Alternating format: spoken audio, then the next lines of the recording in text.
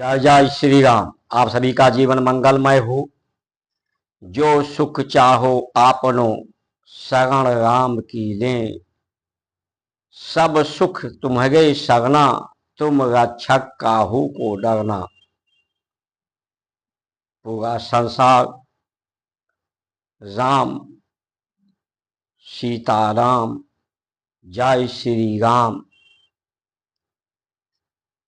की ही अभिव्यक्ति है। वही व्यक्त हैं रूप में, अनेकों रूपों में, रस में। सर्व शक्तिमान है, सब समर्थमान है, सर्वत्र हैं, सर्वव्यापक हैं, नित्य हैं, निरंतर हैं। वही शक्ति है, वही शांति है। उन्हीं के शरण में रामराज था।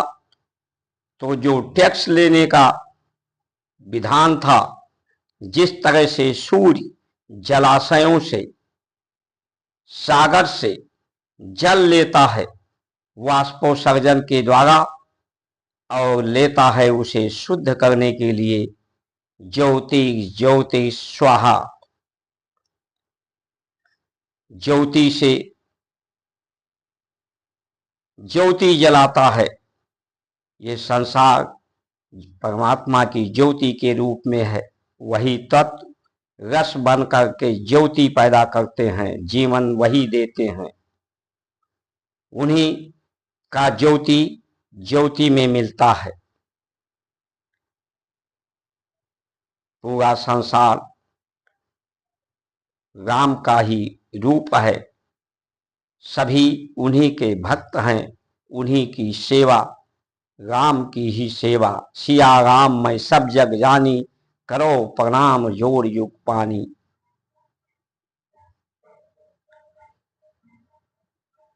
स्वामी इतना दीजिए जामे कुटुंब समाए, मैं भी भूखा ना रहूं साधु न भूखा जाए। ये भारत की परंपरा है। ज्यादा कामनाएं नहीं है, सीमित कामनाएं, सीमित वासनाएं। क्योंकि ये ज्योतिष ज्योति स्वाहा है। अगर सीमित प्रयोग संसार का अर्थ का होगा तो जीवन में सुख होगा, शक्ति होगा, शांति होगा, सहयोग की भावना होगी। जीवन देने से मिला है, देने से मिलता है। माता पिता के द्वारा, माता पिता माध्यम है। जीवन देने का आधार प्रकृति है, धरती है, अन्न है। अन्न को उत्पादन करने वाले किसान, उनके सहायक मजदूर, ये जीवन देने वाले हैं।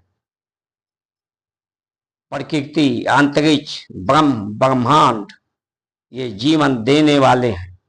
जीवन देने से मिलता है, सुख देने से मिलता है, प्रसन्नता देने से मिलता है। दूसरे की सुरक्षा से स्वयं की सुरक्षा होती है। ये भारत की सत्य नीति, सत्य विगति, सत्य कर्म। शरीर अनेक हैं, विचार इसलिए अनेक हैं, गुण भी कई हैं। मुख्य रूप से 3 गुण हैं। तो इन विचारों को एक किया जाए, सम विचार, सद्विचार। भावनाएं कई हैं, उन भावनाओं को एक समभाव। कार्य अनेक हैं, सभी को एक कार्य, सत्कर्म, सत्कार्य से जोड़ने की सत्य विगति है। ये सनातन की संस्कार संस्कृति जो इसी सत्य को स्वीकार करती है कि जो कुछ मिला है देने से मिला है, तो देकर ही मिलेगा सुख, शांति, संतुष्टि। लेकिन जो आज की नीतियां हैं नेताओं की, वो ज्यादा कामनाओं की है, ज्यादा वासनाओं की है, ज्यादा प्राप्त करना चाहते हैं। इसीलिए अपनी ज्यादा कामनाओं वासनाओं को पूर्ण करने के लिए जनता को में ज्यादा कामनाएं वासनाएं पैदा करते हैं। ये संसार को भोगने की प्रवृत्ति इनकी जो मूर्खता पूर्ण भरी है। संसार को, प्रकृति को कोई नहीं भोग सकता। प्रकृति सबको भोगती है। प्रकृति के लिए सब उपयोगी है। प्रकृति सबका उपयोग करती है।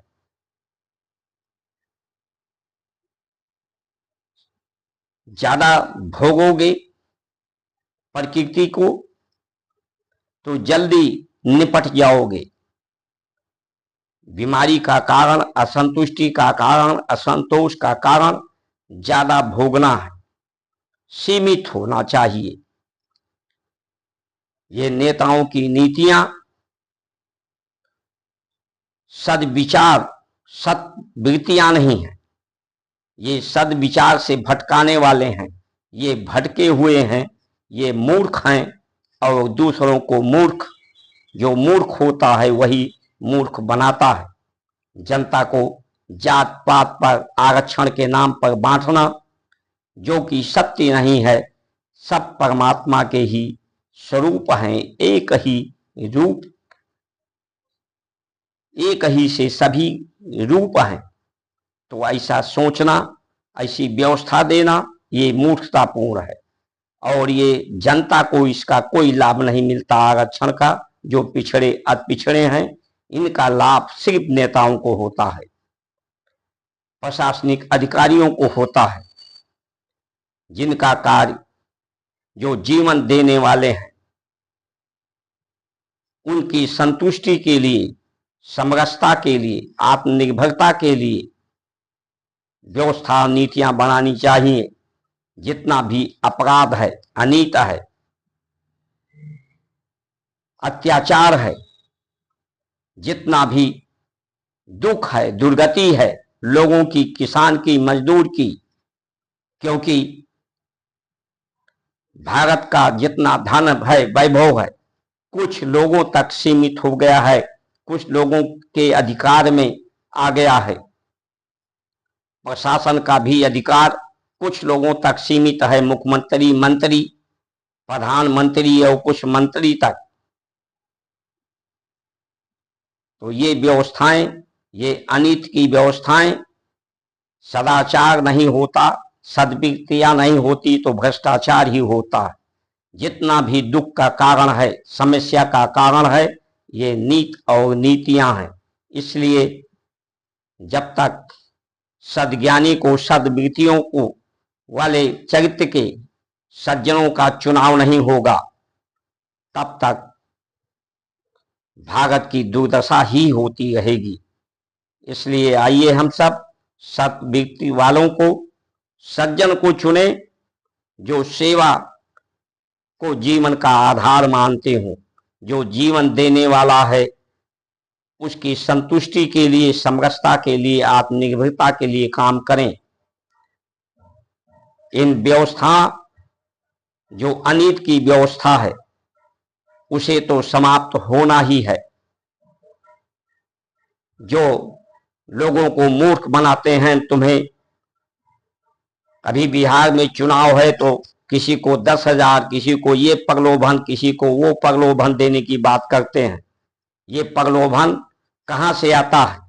जनता से ही लेकर के 100 रुपया जनता को 10 रुपये वापस करना, ये मूर्ख बनाना है। जब आम आदमी के जेब में ज्यादा पैसे रहेंगे, जैसा कि आज सिर्फ 10% लोगों तक सीमित है, तो वो रोजगार भी समाप्त हो रहा है। वो 10% लोग कितना व्यय करेंगे? वो व्यय भी करते हैं तो कोठी बनाते हैं, साधन लेते हैं, जिससे पूंजी एक जगह जाम हो जाती है, जमाखोरी एक तरह से हो जाती है।